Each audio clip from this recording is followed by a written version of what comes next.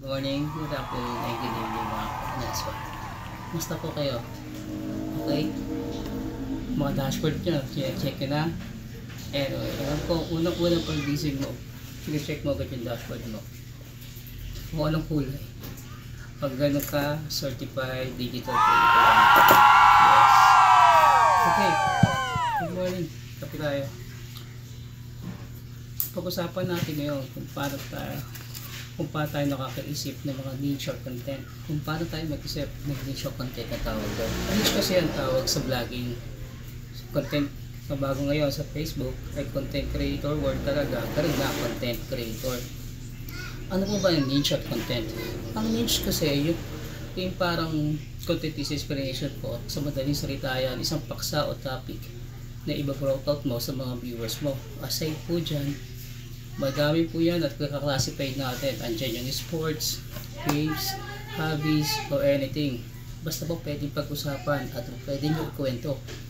Ng digital way, like videos or musics. Kung ang gano'n po pala, storyteller tayo ang tawag sa atin. Yes, storyteller po. So kahit na ano po yung ginagawa natin dito, hobbies or things na may passions tayo, or naranasan nyo o nangyayari sa buhay nyo, nakaraan o presence, pwede nyo ikwento. Pwede kayo mag-storyteller. Diyan pa gagawa ng content nyo. So paano makakaisip nito? Ng niche or content? Ask nyo yung sarili nyo. Saan kayo experts? May kausahin ba kayo sa physical or mental tungkol sa mga ginagawa mo? Bagay na like mo, share. Kwento mo lang ikukwento mo lang siya in digital way. Means lalagyan mo lang ng story, intro, body, music, or twist kung may naisip ka about sa topic po. Ganun ang pag-create ng content. So, ang first na ginagawa natin is state your niche, state your topic. Write down yung content mo, tapos check mo yung ideas mo kung mag-click ba to.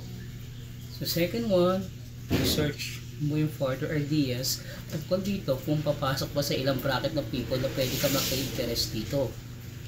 At number 3, collaborate ng iba pang ideas na pwede mong ilig sa kanya.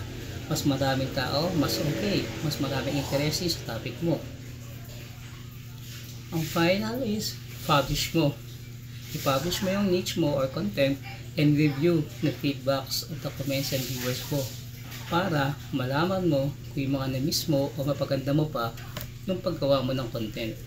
Ganun lang naman kadali ang paggawa ng niche.